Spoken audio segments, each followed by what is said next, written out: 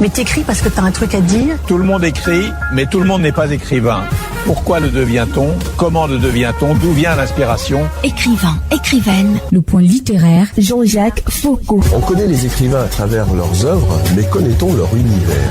Le point littéraire. Le point littéraire. Nouvelle saison. Tous les vendredis de 20h à 21h sur Royal FM. C'est une émission de littérature. Toute la littérature, ici, tous les genres, sous-genres et types d'écriture se rencontrent. Vous aurez droit à plus de découvertes de livres et d'auteurs. Ici, tous les genres littéraires et textes scientifiques se côtoient.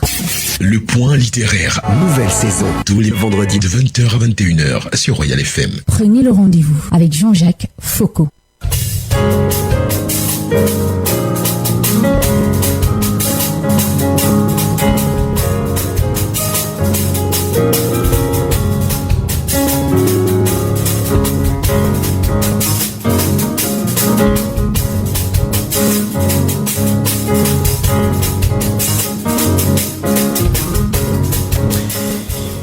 Ensuite, la virgule littéraire avec Hervé Akam. Hervé Akam, bonsoir et bienvenue.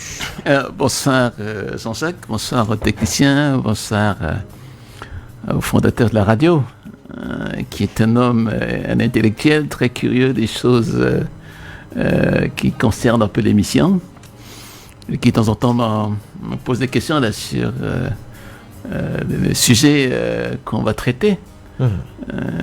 Notamment, il était intéressé de savoir alors, pourquoi il y a une telle passion dans le football, quoi. Oui. Et simplement, je lui réponds en disant que le football est devenu une industrie. Le football est devenu aussi... c'est comme s'il y avait des codes un peu dans le football. Des codes, c'est-à-dire un langage, un comportement, comme s'il s'agissait d'une tribu, une culture, une identité. Et déjà, clairement, le titre de l'ouvrage qui est consacré à la virgule littéraire, L'industrie du football, un livre de Romain Molina. Les sous-titres nous intéressent, FIFA, criminalité, politique. Pourquoi mis ensemble ces trois termes? Justement parce que quand on regarde un peu de la manière dont le sport fonctionne aujourd'hui, un sport et politique, on a entendu le président de la République l'autre jour se mêler un peu des problèmes du football. Parce que qu'est-ce qu'il a dit? Il dit Cameroun met beaucoup d'argent dans cette affaire. Et ceux qui sont au contrôle ou qui président aux destinées du football, effectivement, ne doivent pas penser que... puisque comme l'État met de l'argent, on ne va pas les contrôler. Oui. Vous savez, dans la FIFA, on ne les contrôle pas. Il n'y a pas de contrôle, il n'y a pas une instance supérieure qui peut dire à un président de la fédération, vous gérez mal. Ça n'existe pas dans la FIFA, puisqu'il y a un comité, une chambre de jugement qui est aussi avec comité d'éthique. Oui. Il y a aussi notre chambre d'instruction, c'est-à-dire quand il y a des affaires de crimes, quand il y a des affaires d'homosexualité, etc. Oui. C'est ce comité d'instruction qui prend l'affaire au sérieux, comme pour les discriminations, par exemple. Il y a eu beaucoup de scandales financiers quand même au sein du football. Bien entendu, et il y a eu que ça, en réalité. Il y a eu ça. Pourquoi il y a eu autant de scandales? Tout ça pas parce que les contrôles, la FIFA, sont aléatoires. Vraiment aléatoires. On a parlé chez nous un peu de fonds, comment dire ça, des gestions à la louche. C'est-à-dire par-dessus la jambe. Effectivement, on est en droit effectivement de leur poser, de leur demander, mais qu'est-ce que vous faites de cet argent? Où est-ce qu'il va? Est-ce que l'argent que le président donne ou l'État camerounais donne pour gérer le football, est-ce que cet argent va dans les poches de la fédération? Et on l'a vu à plusieurs reprises. Par exemple, l'auteur signale, par exemple, le président de Oliphant, qui était président de la fédération sud-africaine, et qui demandait, par exemple, quand il avait besoin de liquidité, et créer un motif en disant, voilà, la diaspora a besoin de sous pour on ne sait pas quoi. Et qu'est-ce qu'on faisait? Blatter, à l'époque, lui signait un chèque Oui. Vous savez, il y a tellement de liquidité à la FIFA hein, que dès que vous demandez quelque chose, on vous le donne. Et on vous donne pourquoi? Parce qu'on se dit que voilà, on crée une relation. On crée aussi, comment dire ça, une sorte une relation mafieuse.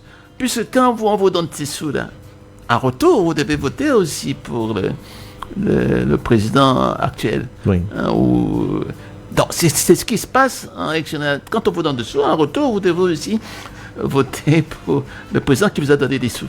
Raison pour laquelle, vous voyez, quand on dit qu'il y a un vote par pays, alors, ces gens-là, ils sont à longueur de temps soudoyés. Je dis à longueur, hein, des pots de vin, etc.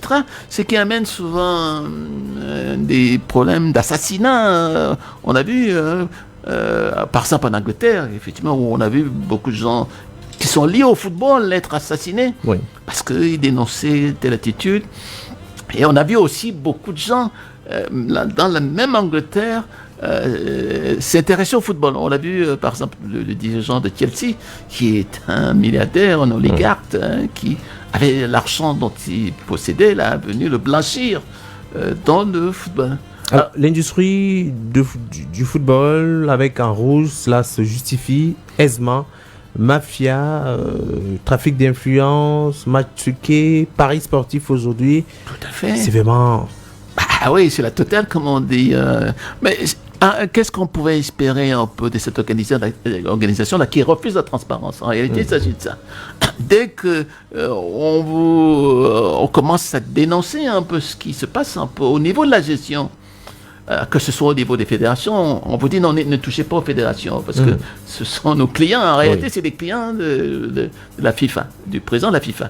Parce que, comme je l'expliquais, le retour, on l'attend, que vous puissiez donner des sous à ce président. On brandit tout de suite l'ingérence de l'État dans les affaires du football. Mais c'est pourquoi ils refusent, en réalité, l'ingérence de l'État.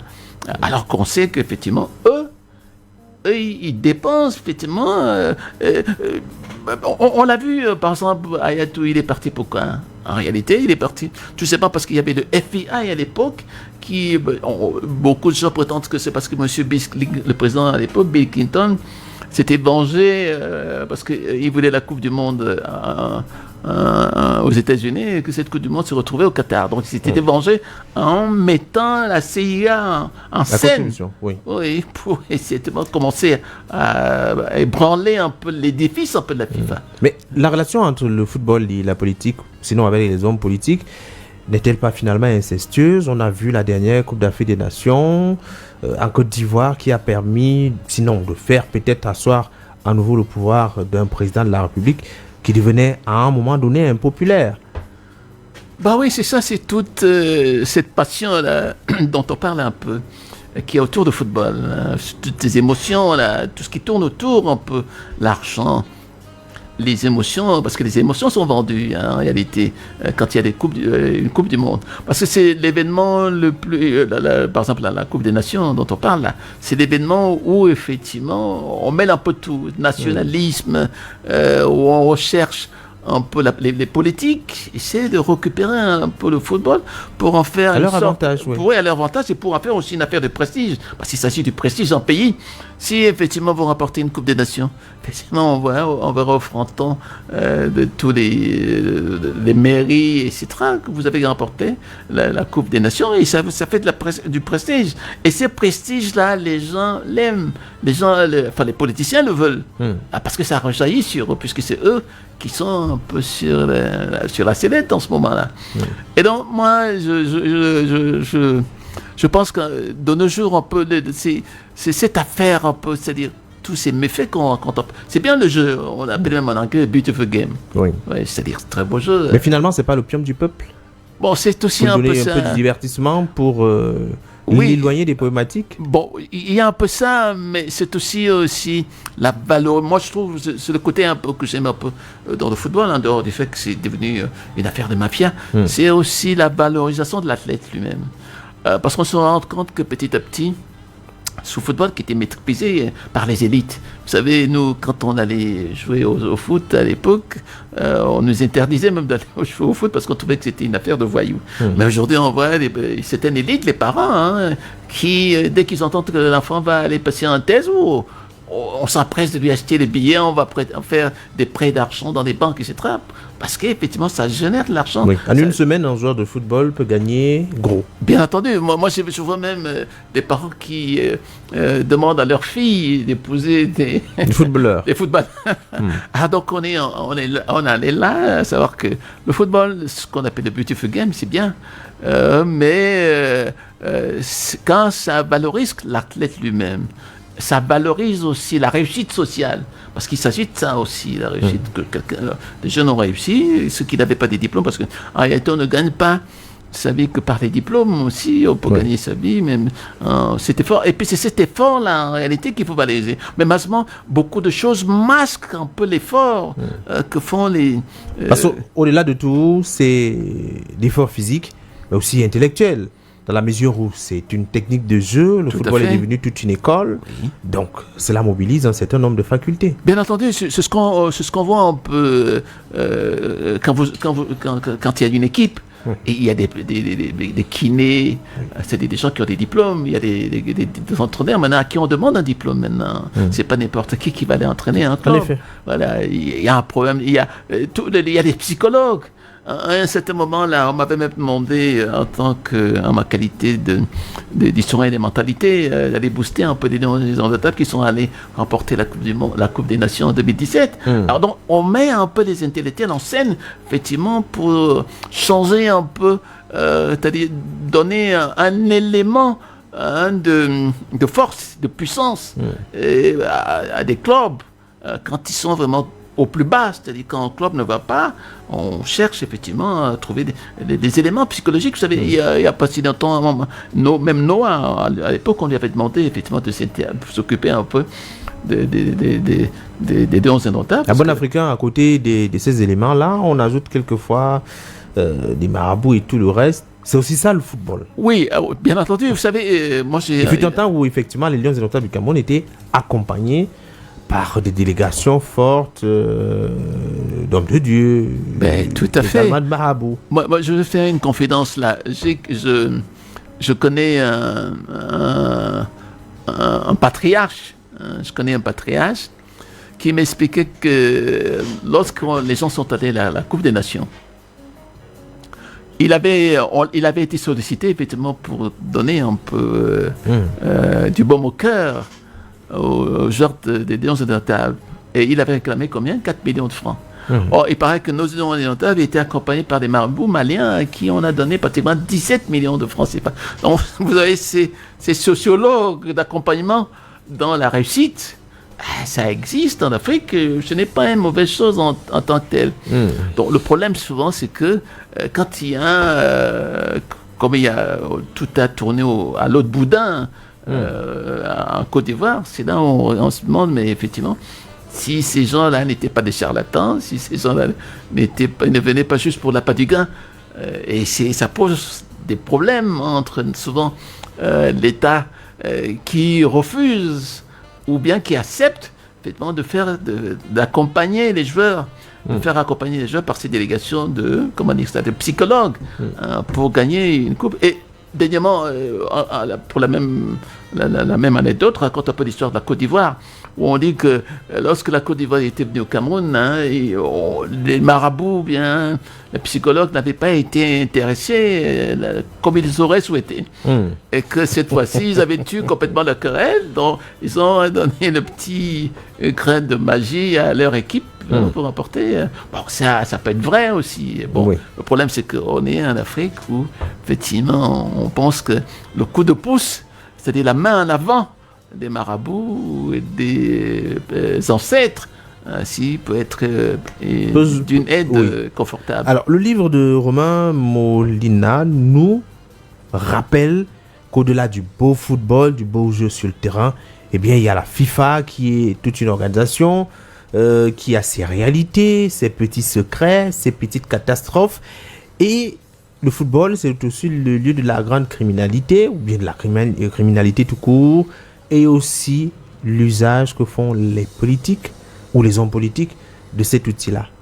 Oui, c'est un peu tout ça, hein, quand on regarde très bien, depuis pratiquement, surtout pendant la période de Blatter, là, ça a été une période un peu difficile pour la FIFA déjà, parce que Blatter est parti, du fait qu'on a mené des enquêtes, le FBI a mené des enquêtes contre lui, et puis son équipe aussi, avec les Platini qui sont... Et plusieurs, on a vu plusieurs, la plupart des dirigeants de la CONCACAF, c'est-à-dire une fédération d'Amérique qui regroupe Haïti, Tobago, etc., ont été carrément mis en prison, dénoncés à cause effectivement de jeux des mallettes qui se baladaient. Vous vous rappelez chez nous, il y a un temps où on disait que les mallettes se promenaient dans l'avion, etc. C'était effectivement pour le football. C'était égaré entre deux avions. Et c'était égaré entre deux avions.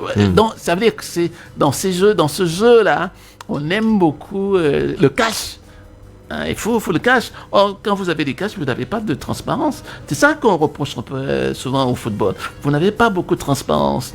Et quand les journalistes veulent mettre un œil dans ce football, dans la gestion, et puis la FIFA vous jette dehors, ou bien vous menace. Beaucoup de gens ont témoigné. Il y a eu des témoignages, des gens qui disaient qu'ils avaient été menacés par la FIFA parce qu'ils mettaient effectivement jeter un regard un peu dans la gestion de cette FIFA. Alors, donc, ça pose problème. Pourquoi la FIFA continue de maintenir cette opacité là sur la gestion, alors qu'en réalité, ils ont une image quand même assez bonne, puisque quand on a vu dernièrement, lorsqu'il y a eu le tsunami là, dans un pays d'Asie, là, effectivement, il y a eu l'aide humanitaire apportée à la FIFA, apportée par la FIFA.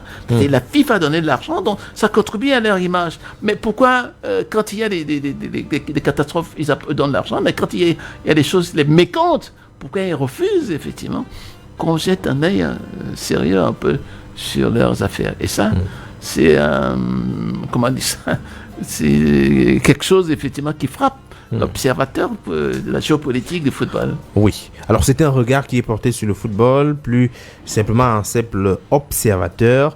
Alors, EVRK, le gâteau. Voilà. Non, il peut être en service, mais on sait quand même que le gâteau va être partagé. Voilà. Alors, mesdames et messieurs, nous sommes donc là. Bonbon et Piment va prendre le relais dans quelques instants, comme d'habitude, pour vous conduire jusqu'aux confins de la nuit à 0h. Mais dans le menu de la soirée, alors comme d'habitude pour tous les vendredis, c'est l'antenne libre, c'est-à-dire qu'on va revenir